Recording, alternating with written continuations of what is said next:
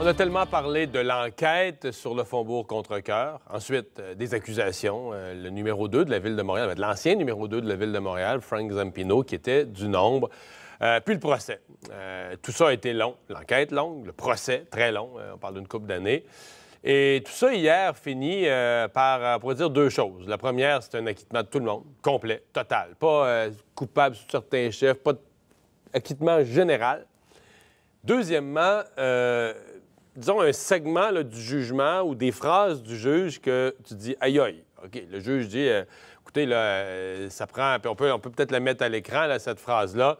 Un verdict en matière criminelle doit reposer sur des faits tangibles et concrets plutôt que sur des possibilités, des probabilités ou des impressions. Le ministère public doit établir la culpabilité hors de tout doute raisonnable. La preuve ne permet pas de conclure en ce cas. Maître Charles Bécoté, criminaliste, est avec moi. Bonjour. Bonjour. Oui.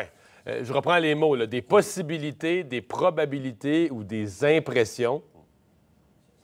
C'est assez direct comme impression qu'il avait de la preuve qui avait été présentée. Le juge n'était pas obligé. Il aurait pu prononcer l'acquittement, mais il est allé une coche plus loin. Est-ce qu'on peut dire qu'il a averti le DPCP et un peu l'UPAC de dire, bien là, attention dans vos prochains dossiers sur ce qu'il faut pour amener quelqu'un devant le tribunal? Là?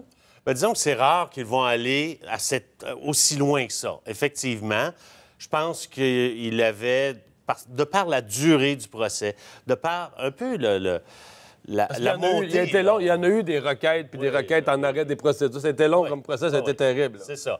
Et il y a plusieurs requêtes qui ont été repoussées après. Le juge voulait entendre la preuve avant d'arriver à ces requêtes-là. Il s'est dit, là, il faut qu'il commence ce procès-là pour qu'on en finisse un jour.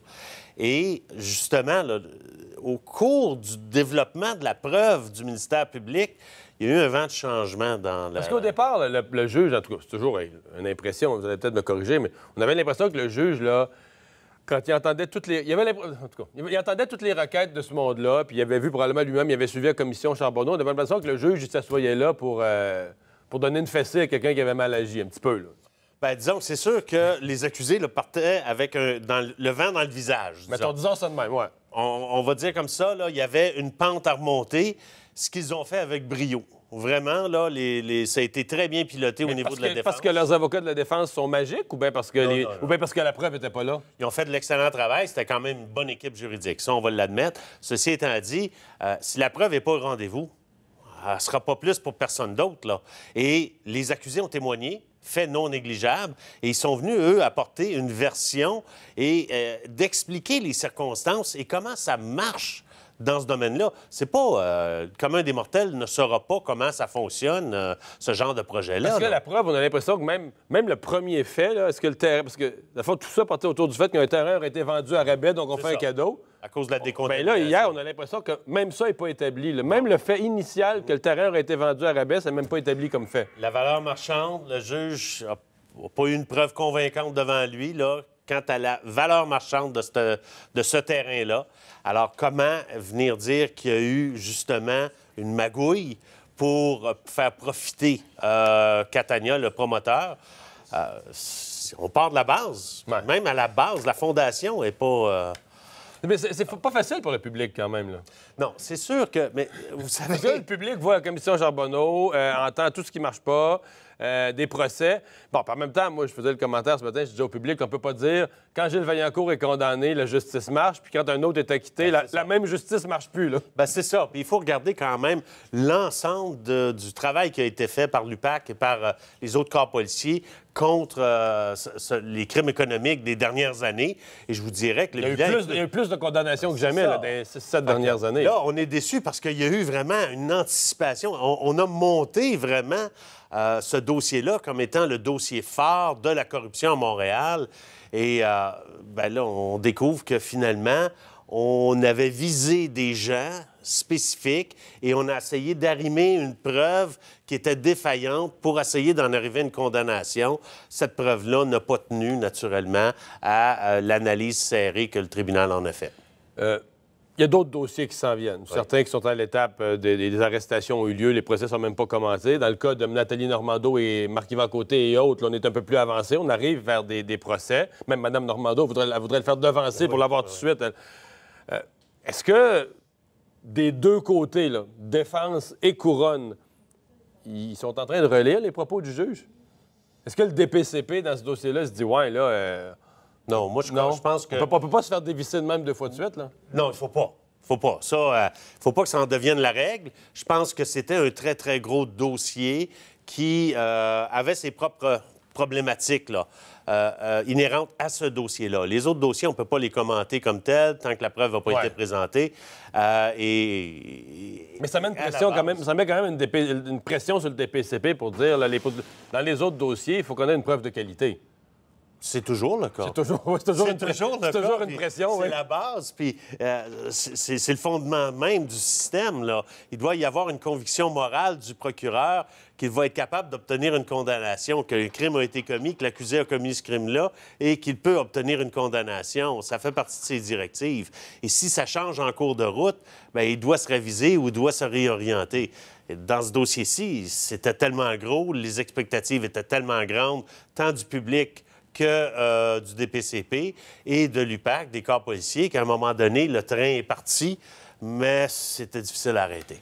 La décision, parce que là, on a 30 jours où la Couronne pourrait aller en appel. Disons, je suppose que c'est une discussion qui se fait en équipe au DPCP, il y a un comité.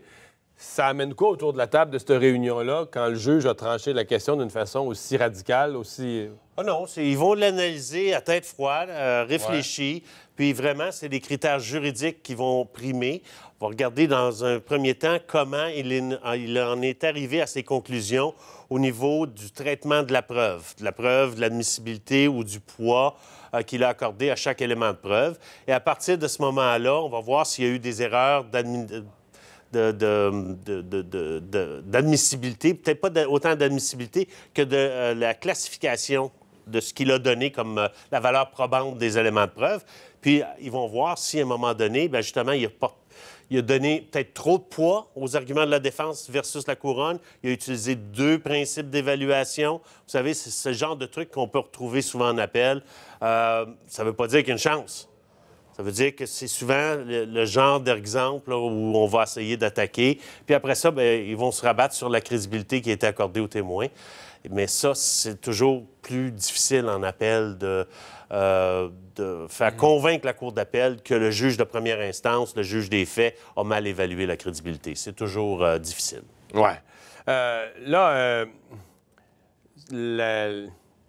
Les propos du juge ou l'espèce de remontrance qu'a fait le juge, est-ce que ça peut, d'une certaine façon, en appel, servir au DPCP pour dire, bon, je sais pas, moi, le juge s'est retourné contre nous, ou le juge... C'est comme ça qu'il a vu la preuve. C'est comme ça qu'il a lu le dossier. C'est comme ça c'est l'impression qu'il a eue. Et c'est la base même. Lui, il n'a même pas vu les fondements même de la base qui pouvait soutenir ces accusations-là. Alors, c'est son impression par la preuve qui lui a été présentée. L'autre monsieur, le Bernard Trépanier, qui lui n'a pas été jugé en même temps pour des raisons de santé. Là, je pense qu'on l'a sorti du dossier, il me semble très malade. Oui. Est-ce que le fait que tout le reste du procès tombe, est-ce qu'on peut penser que les accusations vont être retirées contre lui? Ou Là, il faut attendre voir l'appel. Ouais. Parce que là... Mais prenons pour acquis qu'il n'y a pas d'appel. S'il n'y a pas d'appel, là, je pense que recommencer tout le processus, parce que c'était long, là. C'est quand même, il y a eu 63 témoins, 56 en... faire revenir tous les témoins pour tout ça pour l'autre. Pour faire sa preuve. Il y a peut-être moins parce qu'il y a des volets où Trépanier n'était pas impliqué, mais encore là, selon M. Zampino, Bernard Trépanier n'était pas impliqué dans ces processus-là. Là. Lui, aujourd'hui, disons, c'est pas automatique, mais peut espérer que les accusations tombent. Il y aura une révision, effectivement, du dossier, de la pertinence de poursuivre contre Bernard Trépanier à ce moment-là. Ouais. Alors, ça, c'est à venir. C'est une autre étape. À suivre. Merci. Au revoir.